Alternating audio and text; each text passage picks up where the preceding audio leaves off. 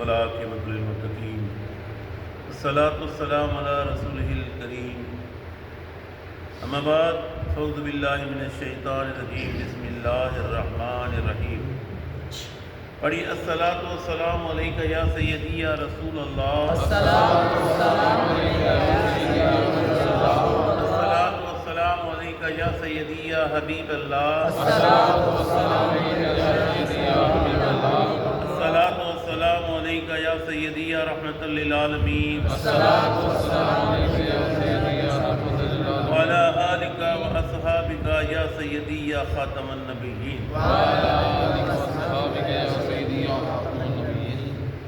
عزیزان من، آج میں قرآن کریم فرقان حمید سورہ توبہ کی آیت نمبر 13، 14، 15، 16 کا ترجمہ تفسیر بیان کروں گا۔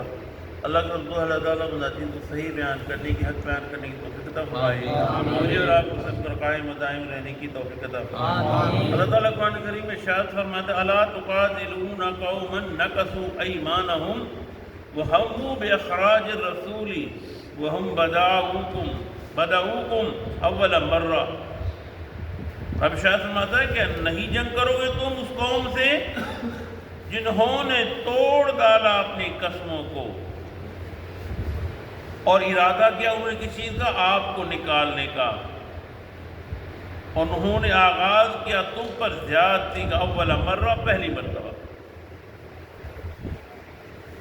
اتخشونہم، کیا تم ڈرتے ہو ان سے؟ فاللہ احق ان تخشوہ ان کنتم مؤمنین، سنو اللہ زیادہ حقدار ہے کہ تم اس سے ڈرو اگر تم مومن ہو۔ ہوا یہ تھا اس میں کہ جب صلح حدیبیہ ہوئی، صلح حدیبیہ میں ایک پوائنٹ یہ بھی تھا کہ جو جس کے ساتھ معاہدہ کر لے وہ اس کا حلیف بن جائے گا، اس کا دوست بن جائے گا۔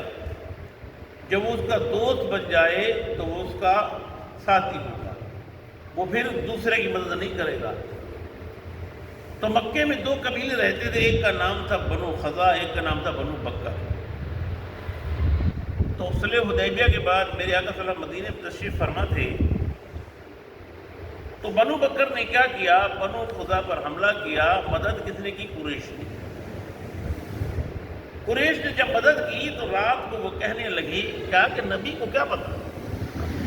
وہ کہنے لگے نبی کو کیا پتا، نبی کیا جانتا ہے، ہم حملہ کر رہے ہیں اور انہوں نے کیا کیا؟ مدد گجا کافی خزاص کو قتل کر دیا۔ اللہ نے اپنے نبی کو بتا دیا مدینے میں، اور وہاں سے ایک شخص بھی پہنچ گیا۔ جب میرے آقا کو، یہ قرآن کریم میں آگے پوری آیت آگے پوری، جب یہ پتہ پڑا، کہا کہ بھائی اب یہ ہے کہ تم نے مجھ سے پیکٹ کیا ہے، جب پیکٹ کیا ہے تم اللہ سے نہیں ڈرے اور تمہیں اللہ کا خوف بھی نہیں آیا، اور تم نے کیا کیا ہے؟ اب ایک ہی چیز ہے، یا تو معاہدہ ختم کر دو یا پھر جو قتل ہوئے ان کا معاوضہ ادا کرو، ایک میں سے ایک ٹرم کا انتخاب کرو۔ انہوں نے معاہدے کو ختم کر دیا۔ تو اس میں چیز کا اخراج کیا جا رہا ہے، بتایا جا رہا ہے کہ انہوں نے معاہدہ بھی توڑ دیا اور وہ ڈرتے بھی نہیں ہیں۔ پھر کیا فرمایا؟ قاتلوہم یعذبہم اللہ بایدیکم ویخزیہم وینصرکم علیہم یکفی صدورا۔ کہا کہ جنگ کرو ان سے، عذاب دے گا اللہ تمہارے ہاتھوں اور رسوا کرے گا ان کو، اور اللہ تمہاری مدد کرے گا ان کے مقابلے میں، اور صحت مند کر دے گا سینوں کو اس جماعت کے مومنوں کے۔ پھر کیا ہوا؟ یذہب غیظ قلوبہم، اللہ دور فرما دے گا ان کے دلوں کے غصوں کو۔ کیوں کہ خزا کے دل میں غصہ تھا، کہا دیکھو ہمیں نقصان پہنچا دے گا، صرف اس بنا پر کہ ہم نبی کا ساتھ دے رہے ہیں، ہم نبی کے حلیف ہیں، انہوں نے بہانہ بنا کر ہم پر حملہ کیا ہے۔ تو رب نے اپنے حبیب کو بتا دیا یتوب اللہ، اللہ رحمت فرماتا ہے علی من یشاء، جس پر چاہے، واللہ علیم حکیم، اللہ جاننے والا بھی ہے اور سننے والا بھی ہے۔ ام حسبتم ان تترکوا ولما جعل اللہ الذین جاہدوا منکم ولم یتخذوا من دون اللہ